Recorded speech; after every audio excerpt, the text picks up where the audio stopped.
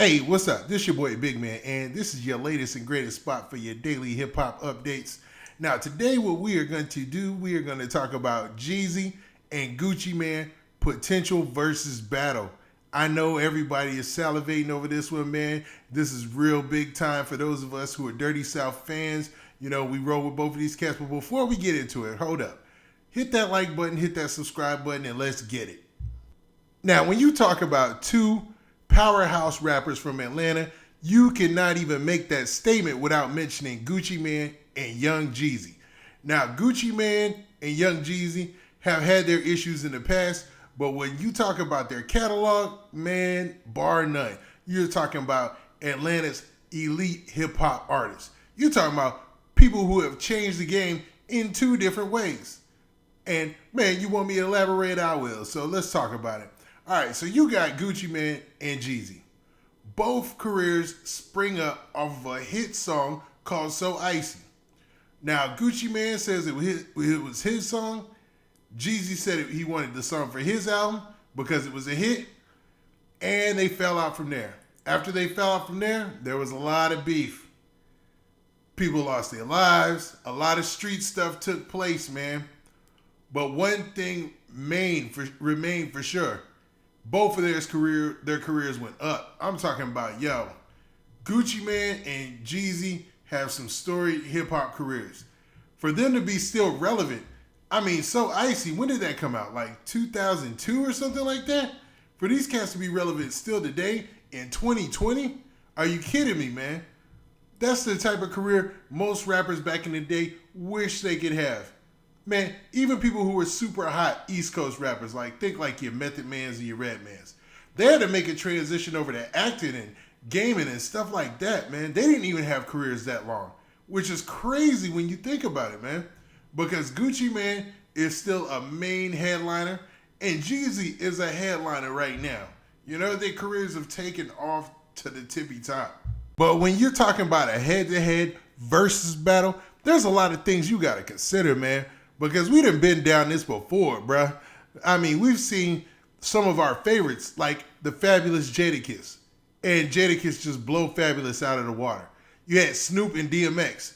And Snoop just blow DMX out of the water. And these are some of our favorite artists. We have amazing memories to their music.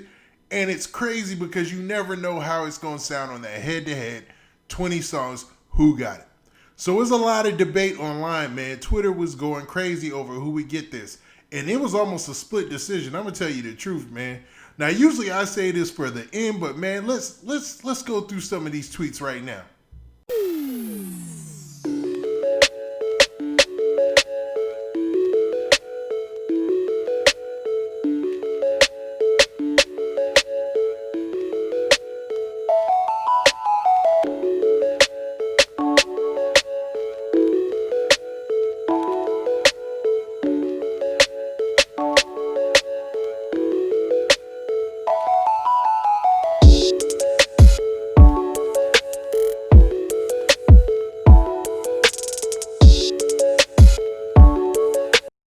As you can see, the fans are split. So, man, let's go down their catalogs, man, because both of these dudes got an insane catalog. I mean, it's like I literally can't go through Gucci Man's mixtape catalog unless I took out a week from work or something like that, man. It is crazy, man.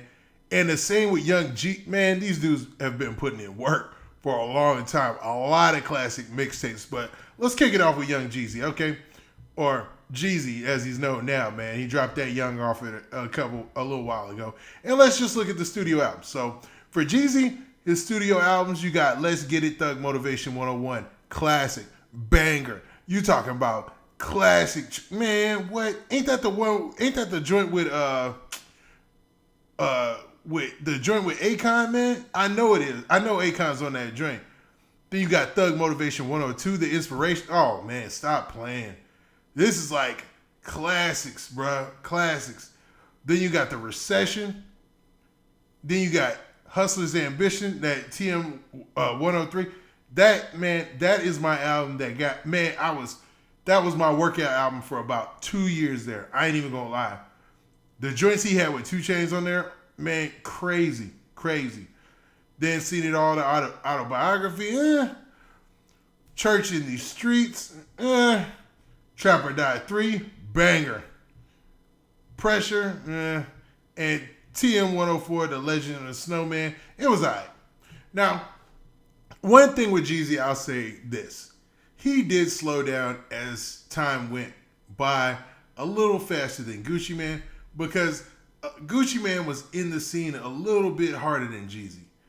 It's no secret. These two come from two different hoods, two different sides, and you know what all that's about. And it's just, Jeezy was already at a level because number one, he was at Def Jam. Def Jam is the creme de la creme of hip hop labels. Always has been, always will be. I don't care what anybody tells you. Yes, there's a lot of labels in the South who I could put up there too. But man, when it comes to like how long they were relevant and how long they had the biggest artists in the world, catch me in 10 years, I'll be saying that about either Rock Nation or something. But I mean, the way the game is unfolded now, these cats don't even need labels. So that's why you even got Def Jam scrambling and stuff like that. You know, everybody's scrambling to keep the biggest and hottest artists happy because they know, man, this thing is wide open in the digital age. But anyways, Jeezy, his career definitely, man, went a different direction because he was already at the top of the top label and he was already dealing with the biggest of the bigs. He's got so many songs with Jay-Z, J. Cole, and just big, humongous records with humongous artists. He's been on that caviar treatment for a very long time. He came in the game on that caviar treatment, to be real with you. And then you got Gucci Mane. So I look at Gucci Mane's catalog, and this is the crazy part that's going to kill me. If I look at Gucci Mane's discography and I look at his albums, not as impressive, right? You start off in 2005, and I said So Icy came out in 2002. I meant 2005. You got Trap House, which is the one he was still on Big Cat. Then you got Hard to Kill, which was on Big Cat. Trapathon, and then you got Back to the Trap House, which is kind of him setting off on his own, but he was in a different space. He was changing the landscape though, which was dope, man. And then you had Murder Was the Case. Then you had The State versus Roderick Davis. Now that is his breakout album. He experimented a lot, man. He had a joint with Swiss Beats on there, and people still to this day make fun of how he did the joint with Swiss Beats. It's just a funny combination, man, because Gucci Mane and Swiss Beats, it just didn't work. But you would think that maybe they could make it work. It just didn't, man. They what he was bringing to the game at that time in 2009, when he was running the mixtape game, it just didn't make even any sense. He was dropping that album, but he was so hot. Atlantic or Warner Brothers at the time, they couldn't pass up on it, and the thing went gold like immediately. It was like fast, man. Then he has The Appeal, Georgia's Most Wanted. Then Mr. Zone 6 in 2011. Then Everybody Looking. And you'll find that Gucci Mane drops as many albums, probably almost as many albums as mixtapes, man. Because he has a mixtape type of vibe or look on the whole game.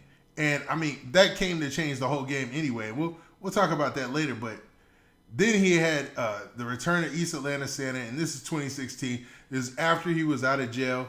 Then you had Mr. Davis, Evil Genius, Delusions of Grandeur, and then Woptober. And then he recently, just this year, dropped a playlist, the So Icy Summer, which he introduced a lot of his new label artists. Now, Gucci Mane's claim to fame is probably more on his mixtape game. His mixtapes, man, I don't know anybody. It's tough, man.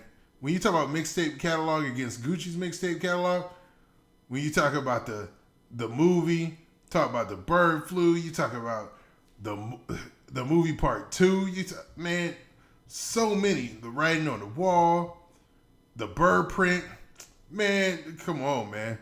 It just, man, his mixtapes are better than his albums. I'm gonna keep it for you, and that's where it goes. So if you can pull any 20, and Gucci Mane can pull out of his, I want to say this cat got like 100 of his own. Let me not get the line.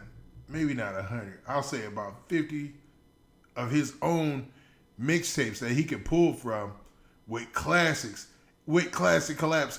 This is one thing I did used to irritate me about Gucci Mane. He would have these collabs on his mixtapes that were legendary, you know what I'm saying? But he would not have them on the album. The album would always be a little bland and sound a little too glossed over and commercial, man. But I mean, that's what an album is sometimes. So I mean, you can't fault them. But a head to head, they both can pull from their mixtape. Oh, let me not get to tripping, man. Jeezy got a mixtape career of his own that's nasty too. He's got a lot of mixtapes to pull from as well. But head to head, they could both pull from their mixtapes. I don't know, man.